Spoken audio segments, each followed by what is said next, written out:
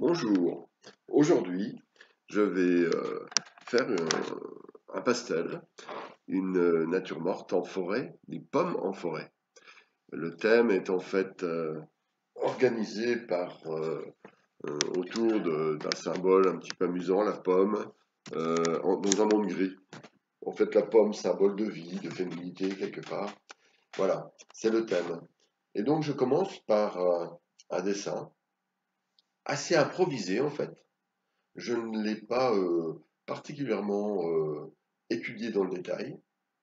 J'ai voulu me laisser un petit peu aller. Alors une pomme, quelques arbres et ensuite, un peu comme un enchaînement imaginatif, les objets, les arbres, les courbes, les lignes s'organisent assez naturellement.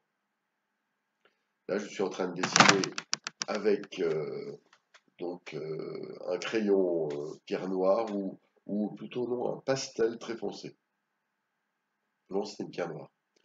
Là, je commençais à mettre quelques petites touches, après une petite base de dessin, quelques petites touches de couleur qui vont indiquer une pomme qui va être colorée en jaune et tout le reste sera en gris. C'est une sorte de parti pris pour dissocier un monde qui est vivant et un monde qui est, on va dire, pas mort, mais étrangement privé de quelque chose. C'est une réflexion un peu philosophique, hein, on ne s'en refait pas, excusez-moi. Donc le principe, c'est d'élaborer tranquillement et chaque fois que des éléments sont ajoutés, ils servent à compléter une sorte de socle sur lequel d'autres éléments vont assez naturellement se reposer aussi. Là, je place les ombres.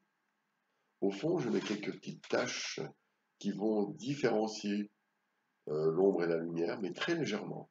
On est loin de la fin, mais il faut placer un peu comme un fantôme, une sorte d'essentiel. Préciser, réorganiser le dessin, toujours reprendre le dessin, densifier, augmenter les contrastes. Voilà tout le processus qui est en cours.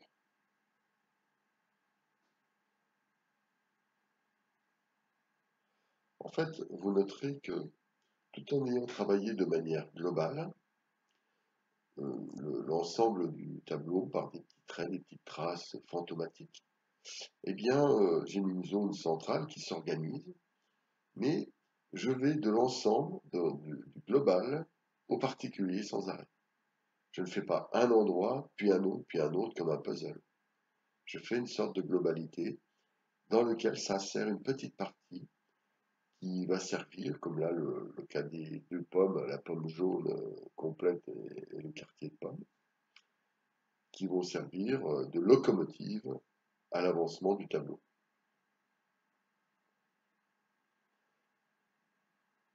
En ce moment, je suis dans une réflexion sur la diminution de la quantité de couleurs.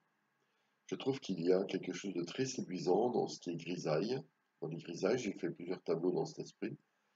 Et toujours pareil, j'aime bien ajouter un élément qui est coloré, qui prend donc une place particulièrement forte par effet de contraste. Là, je complète. Petit détail, mise en scène des couleurs, réorganisation des volumes.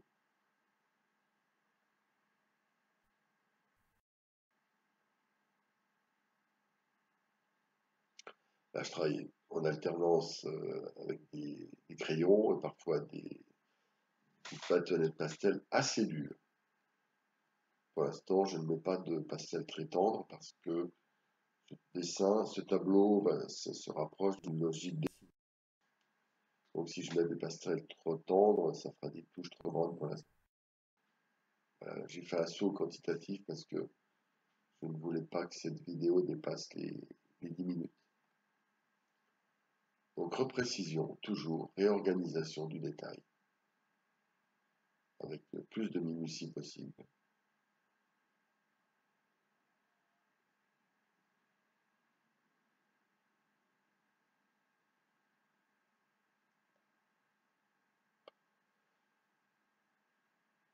Ben, vous pouvez vous abonner à ma chaîne et à ma newsletter, si vous voulez, s.loison@gmail.com.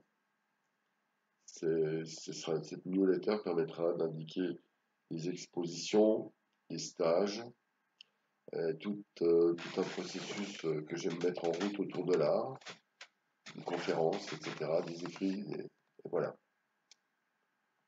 Alors là, j'avance un peu le ciel, les arbres, mais légèrement, pas avec des couleurs trop contrastées. C'est important. Voilà, c'est une partie un peu longue. Voilà, donc je vais en haut, à droite, à gauche, un petit peu dans une espèce de promenade nutritive du dessin. Et je travaille sur des zones qui sont presque pas travaillées, justement, des zones qui sont beaucoup, comme les pommes et certains endroits, et des zones intermédiaires. Cette hiérarchie de définition est particulièrement importante. Et même lorsque l'on met des dessins légers, comme je suis en train de le faire, ça contribue à créer une énergie intéressante à l'intérieur du tableau.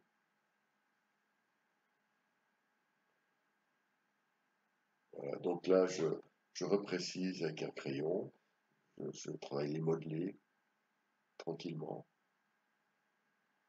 Voilà.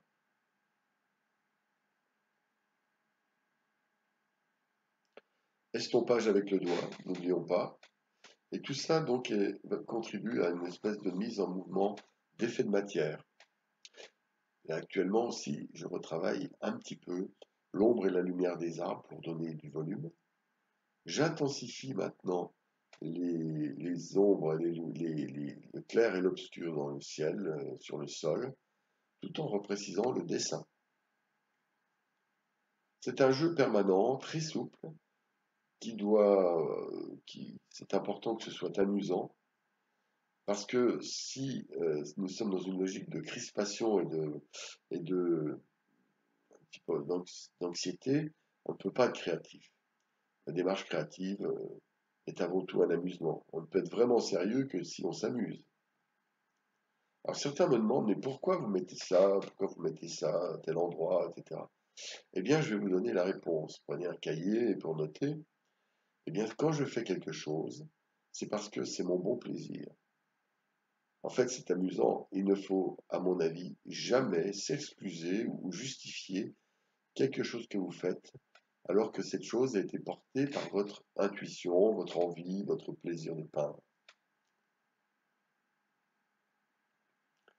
Voilà, petit détail, petit détail.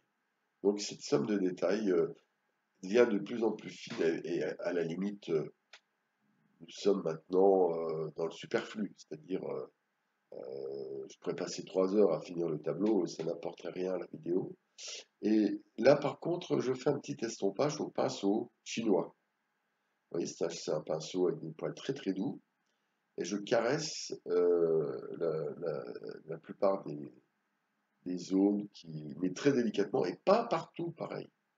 Certaines zones, je vais les rendre un peu plus molles, d'autres, je vais les rendre plus modelées, et puis d'autres, je vais les laisser très dessinées, et je vais peut-être réorganiser les dessins.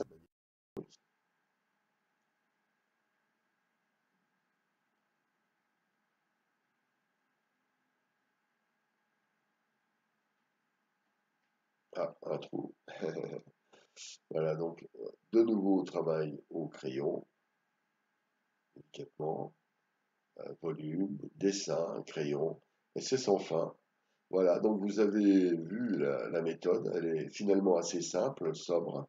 Elle est efficace parce que elle permet de ne pas s'enfermer dans des couleurs compliquées et ça permet d'être bien au service d'un sujet simple et c'est assez agréable, ça s'écoule assez naturellement. Et quand on n'est plus englué dans la couleur, le dessin vient assez facilement. Alors à bientôt et sur une autre vidéo, je vais faire toute une suite